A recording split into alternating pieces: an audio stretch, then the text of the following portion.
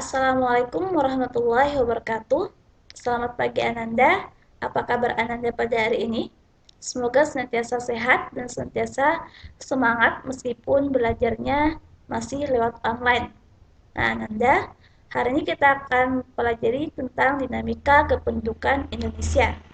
Nah, sebelum lanjut materi, silakan kepada Ananda untuk berdoa terlebih dahulu, kemudian persiapkan alat tulisnya serta mempersiapkan dirinya untuk fokus menyimak materi yang akan Ustazah sampaikan pada hari ini. Adapun tujuan pembelajaran yang pertama, Ananda diharapkan mampu menjelaskan tentang dinamika penduduk. Yang kedua, mampu mendeskripsikan komposisi penduduk. Yang ketiga, menjelaskan permasalahan kependudukan dan upaya mengatasi masalah tersebut. Nah, Ananda, hari ini kita akan bahas tentang dinamika penduduk. Nah, sebelumnya saya mau bertanya, apakah ada yang tahu apa itu dinamika penduduk? Nah, sebelumnya kita tahu bahwa Indonesia merupakan negara kepulauan. Nah, penduduk Indonesia sendiri pada tahun 2015 menurut datanya itu berjumlah 256 juta jiwa. Nah, 256 juta jiwa itu merupakan angka yang sangat besar ya Ananda. Nah, tahukah Ananda berubahnya jumlah penduduk di suatu wilayah dari waktu ke waktu itulah yang dinamakan dinamika penduduk. Nah, pada dasarnya dinamika penduduk itu disebabkan karena beberapa faktor. Yang pertama adalah natalitas atau faktor kelahiran.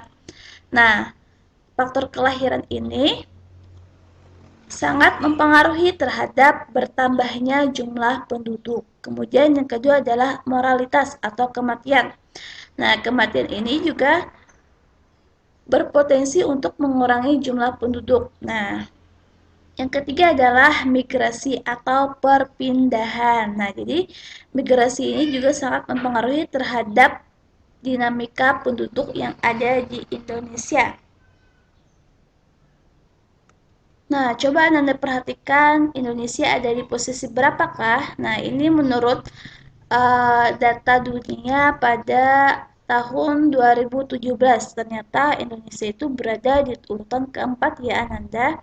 Nah, di posisi pertama ada Tiongkok, kemudian yang kedua ada India, yang ketiga ada Amerika Serikat, yang keempat ada Indonesia. Nah, ternyata jumlah penduduk ini juga di sisi lain membawa keuntungan, ternyata di sisi lain juga membawa dampak negatif untuk bangsa Indonesia. Nah, dampak positifnya apa? Nah, jadi semakin banyak jumlah penduduknya, maka semakin banyak juga sumber daya alam, sumber daya manusianya. Nah, sebaliknya dampak negatifnya itu karena banyak penduduknya, maka otomatis orang tersebut harus memenuhi kebutuhan hidupnya sementara dengan bekerja. Sementara lapangan pekerjaan yang tersedia itu semakin menipis karena banyaknya penduduk yang ingin bekerja. Nah, kemudian ada persebaran penduduk. Nah, coba kita lihat. Jumlah penduduk di Pulau Sumatera, kemudian Pulau Kalimantan, kemudian Sulawesi, sini ada Maluku, kemudian ada Papua, selanjutnya sini ada Jawa, sini ada Nusa Tenggara. Nah, coba Anda perhatikan wilayah manakah yang paling besar jumlah penduduknya. Nah, ternyata wilayah yang paling besar jumlah penduduknya itu adalah Pulau Jawa. Padahal dari segi luas daerahnya, Pulau Jawa ini tidak terlalu besar. Lebih besar Sumatera, kemudian lebih besar Pulau Kalimantan, kemudian lebih besar juga Pulau Sulawesi. Nah, tapi ternyata jumlah penduduknya berkali-kali lipat lebih banyak. Nah, tahukah Ananda persebaran jumlah penduduk yang tak merata ini juga menimbulkan dampak negatif? Nah, seperti apa? Seperti halnya pembangunan. Nah, coba kita lihat. Untuk pembangunan daerah desa, coba lihat. Nah, mereka untuk menyeberang sungai harus melewati jembatan-jembatan yang hampir roboh. Bahkan bisa dikatakan roboh seperti ini. Nah, sementara untuk masyarakat, pembangunan di kota jembatannya sudah sangat mewah. Nah, ini kan artinya ketimpangan. Nah, ketimpangan yang tidak merata dalam hal pembangunan. Nah, kemudian ada komposisi penduduk. Nah, komposisi penduduk itu apa sih? Nah, berarti ibaratnya makanan itu bahan-bahan. Nah, terdiri dari apa saja sih penduduk itu? Nah, yang pertama komposisi penduduk berdasarkan usia. Nah, coba kita lihat. Kalau usia 0 sampai 5 tahun itu berarti usia balita. Kemudian 6 sampai 12 tahun itu SD, 13 sampai 15 tahun SMP, 16 sampai 18 tahun usia SMA, kemudian 19 sampai 24 tahun usia perguruan tinggi, kemudian 25 sampai 60 tahun usia dewasa, kemudian kurang lebih dari 60 tahun ini disebut dengan usia lanjut. Nah, Ananda, kemudian di sini ada usia 0 sampai 14 tahun. Nah, atau dari usia balita sampai memasuki usia SMP, itu disebut dengan usia belum produktif karena mereka belum bisa mencari nafkahnya sendiri. Nah, sebaliknya, usia 15 tahun, kemudian sampai 64 tahun ya, bisa dikatakan 64 tahun. Nah, itu disebut dengan usia produktif. Nah, kemudian usia lebih dari 65 tahun itu disebut dengan usia tidak produktif. Nah, Ananda, selanjutnya adalah komposisi penduduk berdasarkan jenis kelamin. Nah, komposisi penduduk berdasarkan jenis kelamin juga sangat penting untuk diketahui karena dapat digunakan dalam menghitung angka perbandingan jenis kelamin atau sex ratio. Nah, perbandingan tersebut biasanya digunakan untuk memperkirakan bentuk pemberdayaan manusia seperti apakah yang sesuai dengan karakteristiknya. Nah, misalnya berkenaan dengan pekerjaan, kemudian tanggung jawab, serta bentuk pengembangan pendidikan. Nah, pada zaman dahulu, kaum laki-laki itu lebih dominan untuk berusaha atau bekerja, kemudian mempertahankan diri, menafkahi anak-anaknya. Kemudian kaum perempuan itu khusus di rumah untuk mengurus rumah tangga. Itu dulu Anda. Nah, pada saat ini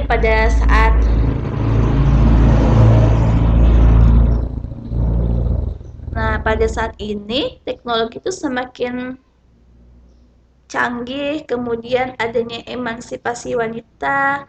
Nah, jadi sekarang itu banyak kok pekerjaan yang biasanya dilakukan laki-laki kemudian diambil alih oleh perempuan. Misalnya kita pernah dipimpin oleh seorang ibu atau seorang perempuan yaitu Megawati. Kemudian kita lihat banyak kok menteri-menteri yang menjabat seperti Menteri Keuangan itu dijabat oleh seorang perempuan. Nah, pada dasarnya sah-sah saja sebenarnya itu asalkan kita sebagai perempuan tidak menghilangkan kodrat kita sebagai perempuan yaitu untuk mengurus rumah tangga, kemudian mengurus anak-anak. Nah, itu maksudnya komposisi penduduk berdasarkan jenis kelamin. Nah, kemudian ini juga penting Ananda untuk bentuk pengembangan pendidikannya seperti apa sih yang harus didapatkan oleh seorang laki-laki kemudian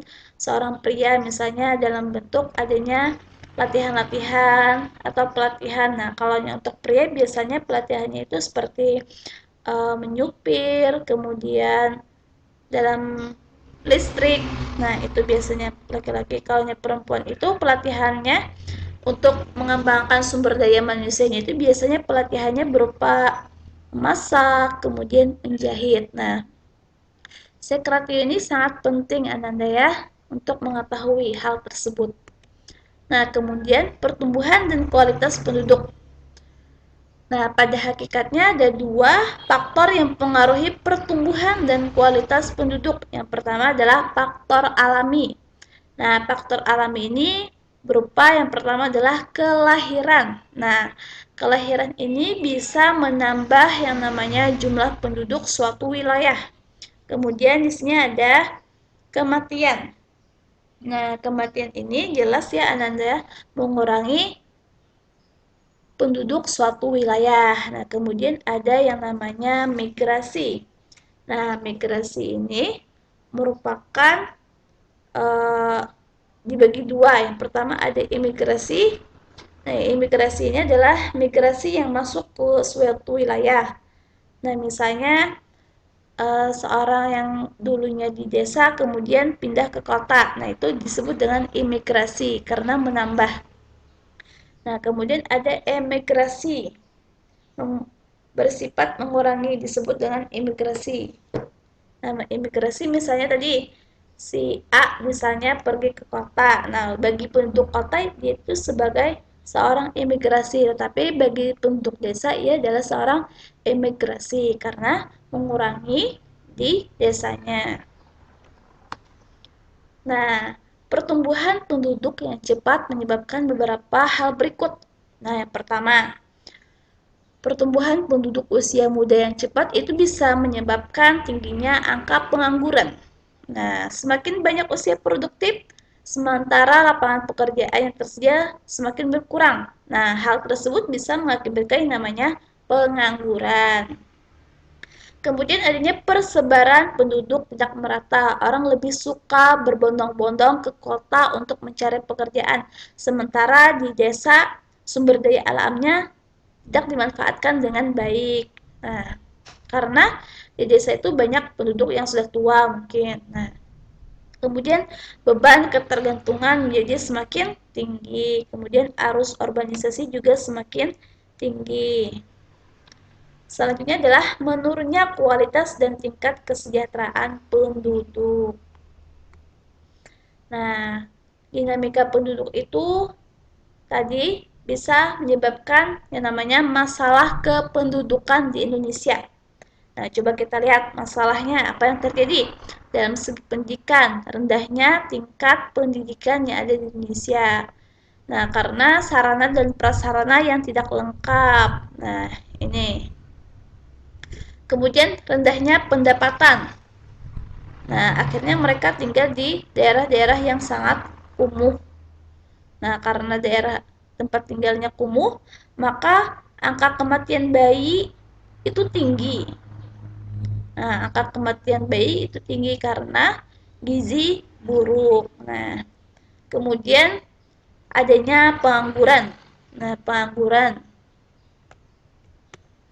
Nah, apa sih upaya yang bisa dilakukan untuk mencegah hal-hal tersebut? Yang pertama, pemerintah mengeluarkan yang namanya beasiswa untuk meningkatkan prestasi akademik. Kemudian juga pemerintah mengeluarkan bantuan operasional setiap sekolah. Kemudian adanya proses wajib belajar selama 9 tahun. Nah, Ananda, adapun upaya yang bisa dilakukan oleh pemerintah untuk mengurangi masalah-masalah sosial atau masalah-masalah kependudukan di Indonesia. Yang pertama, dalam hal pendidikan itu adanya bantuan berupa peningkatan prestasi akademik atau beasiswa. Kemudian adanya bantuan operasional sekolah. Kemudian adanya wajib belajar 12 tahun berarti dari SD sampai SMA. Kemudian ini adalah upaya pemerintah untuk menekan angka rendahnya pendidikan tadi. Nah, diharapkan dengan semakin tinggi pendidikan seorang, maka diharapkan ia bisa memperbaiki kualitas hidupnya. Nah, kemudian dalam hal kesehatan, pemerintah juga mengupayakan untuk mengadakan yang namanya posyandu. Jadi kita harus ke posyandu. Nah, tujuannya apa? Untuk memeriksakan kesehatan agar si balita tidak mengalami yang namanya gizi buruk. Kemudian ini secara ekonomi ada bantuan pemerintah berupa sembako, kemudian di sini adanya penciptakan lapangan pekerjaan. Nah, Nanda, sebagai manusia kita harus senantiasa taat kepada Allah, kemudian mensyukuri atas nikmat yang Allah berikan kepada kita, karena kita masih diberikan kesempatan untuk bersekolah. Nah, banyak teman-teman atau orang-orang di sana yang tidak bisa meneruskan sekolah seperti itu. Nah, kemudian dari segi ekonomi kita mungkin sudah tercukupi, tapi alangkah baiknya adanya kelebihan ekonomi yang kita dapat itu kita sisipkan sedikit demi sedikit sebisa mungkin untuk membantu orang lain. Nah, misalnya ketika ada orang yang mengalami kebakaran, marilah kita bantu orang tersebut. Nah, Ananda, mungkin itu yang bisa Ustazah sampaikan untuk pembelajaran hari ini. Silahkan nanti kalau ada hal-hal yang ingin didiskusikan, kita diskusikan di grup. Ustazah akhirnya dengan mengucapkan Alhamdulillahirrabbilalamin. Wassalamualaikum warahmatullahi wabarakatuh.